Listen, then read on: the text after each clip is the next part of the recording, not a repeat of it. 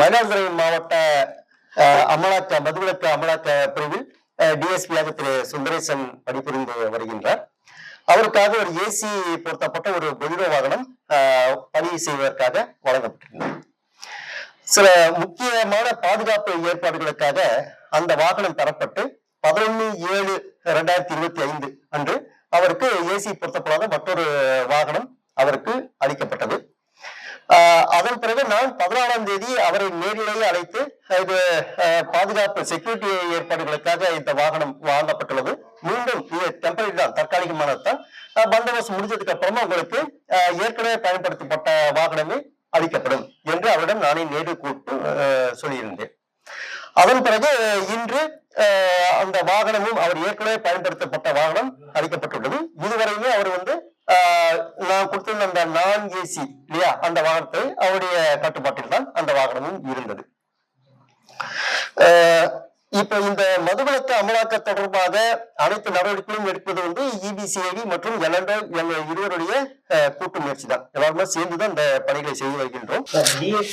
4 மாசமா சம்பளம் வழங்கப்படல அப்படிங்கிற, அதாவது எங்களுக்கு அவர் அதுக்கு முன்னாடி இருந்த பகுதியிலிருந்து இங்க வந்தார் இல்லையா, அதை ஜாயின் இது ரெகுலரைஸ் ஆகி வந்த உடனே நாங்க இங்க எங்களுடைய சைட்ல இமீடியட்டா நாங்க கொடுத்துட்டோம்.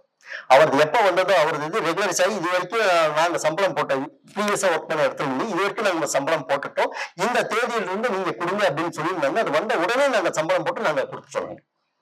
இங்க மயிலாடுதுறை மாவட்ட அலுவலகத்துல டிலே இல்ல, கிடையாது, டிலே எல்லாம் நாங்க செஞ்சு கொடுத்தோம். மாவட்ட காவல்துறை சார்பா அழுத்தம் கொடுக்கப்படுறதா சொல்றாங்க. அவர் தொழில பணி செய்ய விடாம ஒரு அழுத்தம் கொடுக்கப்படுறதா அவர் குற்றச்சாட்டு சொல்லியிருக்காரு. தவறான தகவல்.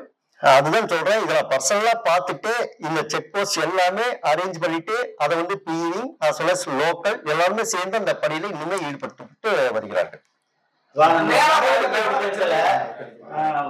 வளைந்து போங்க நெளிந்து போங்க அப்படின்னு நீங்க சொன்னதா சொல்றாங்க.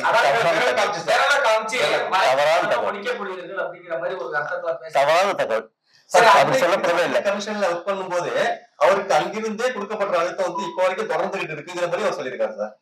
அதை பத்தி எனக்கு எதுவும் ஐடியா இல்லை. ஏன்னா 2 காவல் உயர் அதிகாரிகள் ஏடிஜிபி டேவிட்சன் ஆசீர்வாதமும் உளவுத்துறை ஐஜி செந்தில்வேல் இவங்க 2 பேரும் தான் இதுக்கு பிரச்சனைக்கு காரணம்.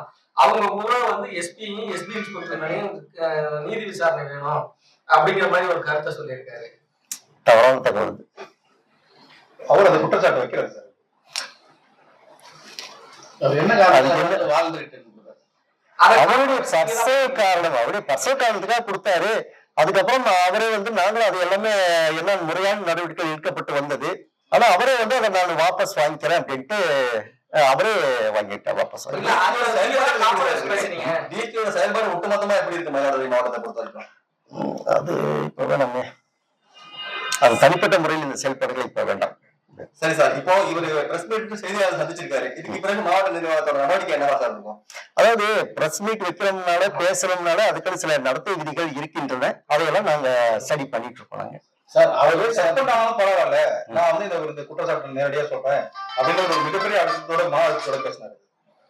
அவர்கிட்ட கேட்கணும். தவிர அவ்வளவு அழுத்தம் கூட எந்த சைடு இருந்து எந்த அழுத்தமும் இல்லை. அதுதான் என்ன காரணங்கிறது அவர்கிட்ட ஜிபே கேட்கும்போது. செய்திகளை உடனுக்குடனும் துல்லியமாகவும் தெரிந்து கொள்ள சப்ஸ்கிரைப் பண்ணுங்க.